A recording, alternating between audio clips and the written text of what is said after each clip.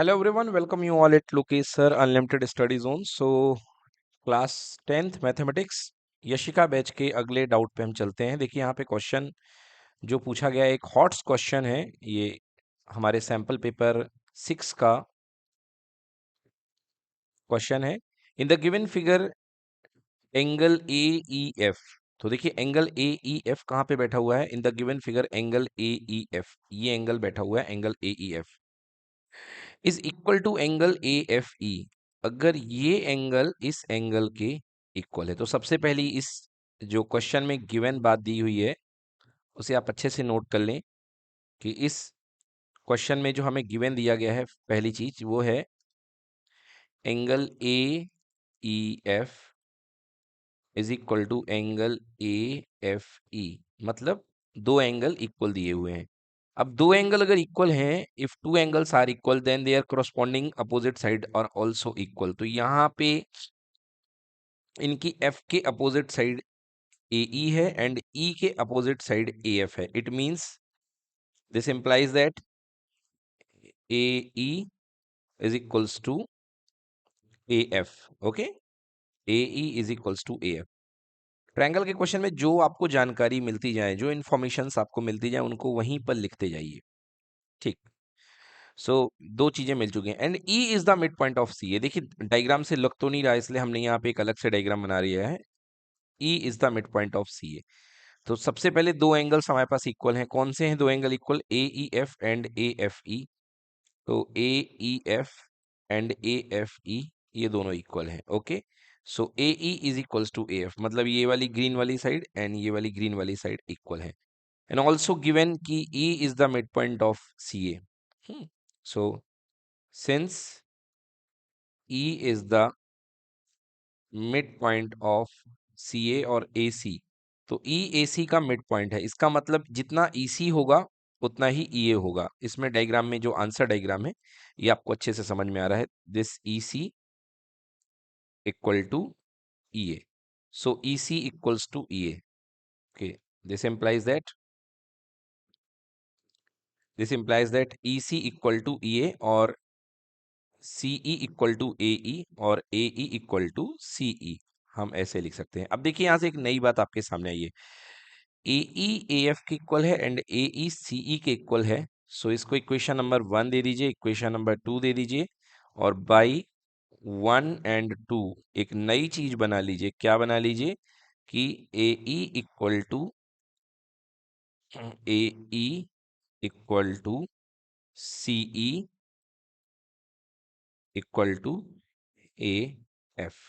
मतलब ये तीनों चीजें जो हमारी हैं वो इक्वल हैं। ओके, जिनको मैंने ग्रीन कलर से आपको शो किया है, ये तीन साइड्स आपकी जो ग्रीन कलर से मैंने बनाई है आपको, कौन कौन सी? AE equals to CE equals to AF। ये तीनों साइड हमारे पास इक्वल हैं। से x मान लो इनको, है ना। अगर आपको ज्यादा दिक्कत हो रही है तो आप इनको x मान लो। ये साइड भी कितनी है? x है। ये साइड भी आपकी कितनी है? x है। और ये साइड भी कितनी है? x है। तीनों साइड्स आपके पास में इक्वल हैं। अब आपको प्रूव करना है कि B D upon C D. To prove, ये तो सारी चीजें क्या हो गई? गिवन हो गई। ये सारी चीजें किस में आ गई? गिवन में आ गई।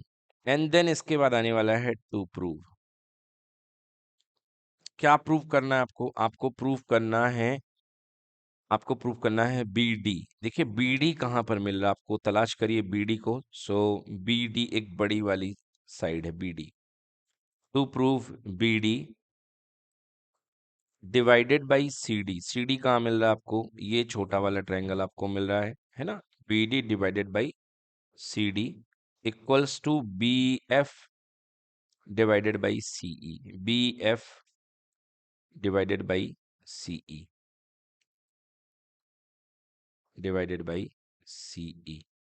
देखिए बच्चों, एक चीज यहाँ पे समझ में आ रही हमको कि यहाँ पर जो आपको रेशियो पूछा गया है वो B D ratio C D का पूछा गया है। B D ratio C D. तो बी डी आपके पास में ये कंप्लीट साइड है, मतलब एक बड़ा ट्रायंगल तो आपको ये लेना है। और कहीं ना कहीं इसमें सिमिलैरिटी या थेल्स थ्योरम इन्वॉल्व होते मेरे को लग रही है। तो बी डी बड़ा ट्रायंगल तो हो गया। एंड देन यहां से आपके पास में एक सी डी ये वाली साइड है। ओके, ठीक है।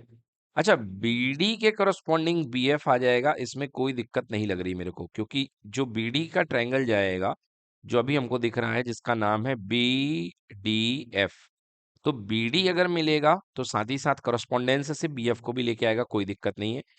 सीडी के करस्पॉन्डेंस में जो साइड बन रही है, सीडी के करस्पॉन्डेंस में, तो सीडी कहाँ पे बन रहा है, ये देखिए ये वाली साइड सीडी है, ओके।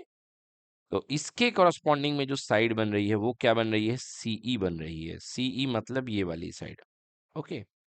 सीई मतलब ये वाली साइड। तो हमें एक ट्रायंगल की कमी लग रही है, हमें एक ट्रायंगल यहाँ पे कम लग रहा है जो इसको कवर करे, क्योंकि यदि बीडी और सीडी तो समझ में आ गया, मगर एक ट्रायंगल हमें कम लग रहा है, तो उस ट्रायंगल की कमी को पूरा करने के लिए हम यहाँ पे एक कंस्ट्रक्शन करेंगे। क्या होगा कंस्ट्रक्शन, देखिए बीडी अपॉन सीडी, तो बीडी बड़ा वाला ट्रायंगल और सीडी छोटा वाला ट्रायंगल। अगर आप इसको उल्टा करके देखेंगे तो सीडी अपॉन बीडी आपको दिखाई देगा, मतलब कहीं ना कहीं पिक्चर आपको दिख रही है कि एक हमको कंस्ट्रक्शन करना पड़ेगा और एक लाइन हमको डीएफ के पैरेलल यहाँ पे लेनी पड़ेगी, मतलब एक हमको कोई लाइन जो है डीएफ के पैरेलल ड्रॉ करनी पड़ेगी, जिससे हम सिमिलैरिटी या बीपीटी लगा सके, ओके। तो अगला टॉपिक हमारे पास में यहाँ आएगा कंस्ट्रक्शन।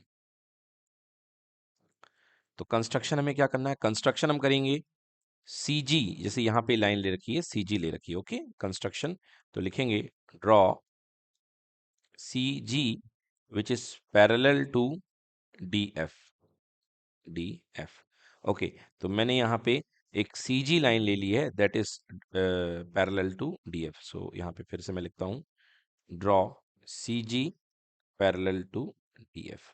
तो ये देखिए ये लाइन हमने एक ड्रॉ कर दी है C G which is parallel to D F. बच्चों सीजी अगर डीएफ के पैरेलल है, ओके, सीजी जो है वो डीएफ के पैरेलल है, तो ठीक है, ये एंगल जो होंगे कोरस्पॉन्डिंग एंगल क्या होंगे यहाँ पे, इक्वल होंगे, ये बात तो हमको पता है। सीजी अगर डीएफ के पैरेलल है तो कोरस्पॉन्डिंग एंगल मतलब ये वाला एंगल इस वाले एंगल के इक्वल होगा, इसको give it one side, and ये एंगल जो है इसके भी क्या होगा, इक्वल होगा, ठीक है। अब हमको दो ऐसे ट्रायंगल तलाशने हैं जिनमें हमको सिमिलैरिटी लगानी है, ठीक है ना। तो आपके पास में एक ट्रायंगल बी डी एफ है,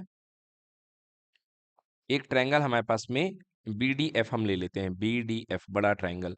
now in triangle B D F, तो ये बड़ा वाला जो ट्रायंगल आपको दिख रहा है बी डी एफ, ठीक है ना, कोई देखने में दिक्कत नहीं है, ये बी पॉइंट है, ये डी पॉइंट है और ये एफ पॉइंट है, क्योंकि यदि मैं बीपीटी लगाऊंगा तो ये बड़े आराम से मेरे को ये चीज मिल जाएगी। सो बाई, अब यहाँ पे क्या स्टार्ट हो जाएगा, यहाँ पे प्रूफ स्टार्ट हो जाएगा, ओके। तो मैं लिखूंगा in triangle B D F by basic proportionality theorem BPT. देखिए बेसिक प्रोपोर्शनैलिटी थ्योरम मैंने आपको कई टाइप की बताई थी, okay. Upper part by lower part equal to upper part by lower part, upper part by full part equal to upper part by full part, okay. Lower part by full part equal to low, ऐसा कुछ बताया था मैंने आपको, अलग अलग तीन बताई थी, है ना। तो आप जानते भी, आपने प्रूफ किया। तो देखिए यहाँ पर हमारे पास में हमको जो लेकर के आना है क्या है, full part by lower part, तो बिल्कुल लिख सकते हैं बीपीटी देती भी हमको। सो फुल पार्ट क्या है, B D, and lower part क्या है बेटा अपने पास में, सी डी और डी सी, तो सी डी लिख लो, सी डी ज्यादा अच्छा लगता है, वैसे रूल भी है कि पहले छोटा लेटर आना चाहिए, तो B D upon C D is equals to, इसके कोरस्पॉन्डिंग क्या बनेगा बेटा, बी एफ बनेगा, और यहाँ पर क्या बनेगा, B F upon G F बन जाएगा यहाँ पे, है ना, yes. Give it equation number 1 दे दो आप इसको, है ना, इसको आप इक्वेशन नंबर 1 दे दो। कहाँ से क्यों आ गया, क्योंकि पैरेलल है, ये लाइन पैरेलल होने से ये चीज आ गई। अब देखो आपके पास में लेफ्ट पार्ट तो आ चुका है, बीडी और सीडी तो आ चुके हैं, मतलब ये और ये आपके पास में तैयार है, ऊपर बीएफ भी तैयार है, वाह भाई क्या बात है। केवल आपको जीएफ को सी के इक्वल लाना है। जीएफ कहाँ बैठा है, जीएफ कहाँ बैठा हुआ है, देखो ये जीएफ बैठा हुआ है, और इस जीएफ को हमको सीई के इक्वल लेकर के आना है। तो सीई कहाँ बैठा हुआ है, एक्स बैठा हुआ है, मतलब कुल मिला के आपको इसको एक्स साबित करना है, ओके। इसको क्या साबित करना है आपको, इसको भी आपको एक्स ही साबित करना है, इस बड़ी वाली साइड को आपको एक्स साबित करना है। चलिए, तो अब आपको, क्योंकि अब हमारे पास सिमिलैरिटी थ्योरम ये कुछ ऐसा ढूंढना पड़ेगा आपके पास में, तो अब देखते हैं, हम एक ट्रायंगल लेते हैं, ट्रायंगल ए एफ ई में ये देख लिया हमने, वी हैव, हम लिख सकते हैं वी हैव,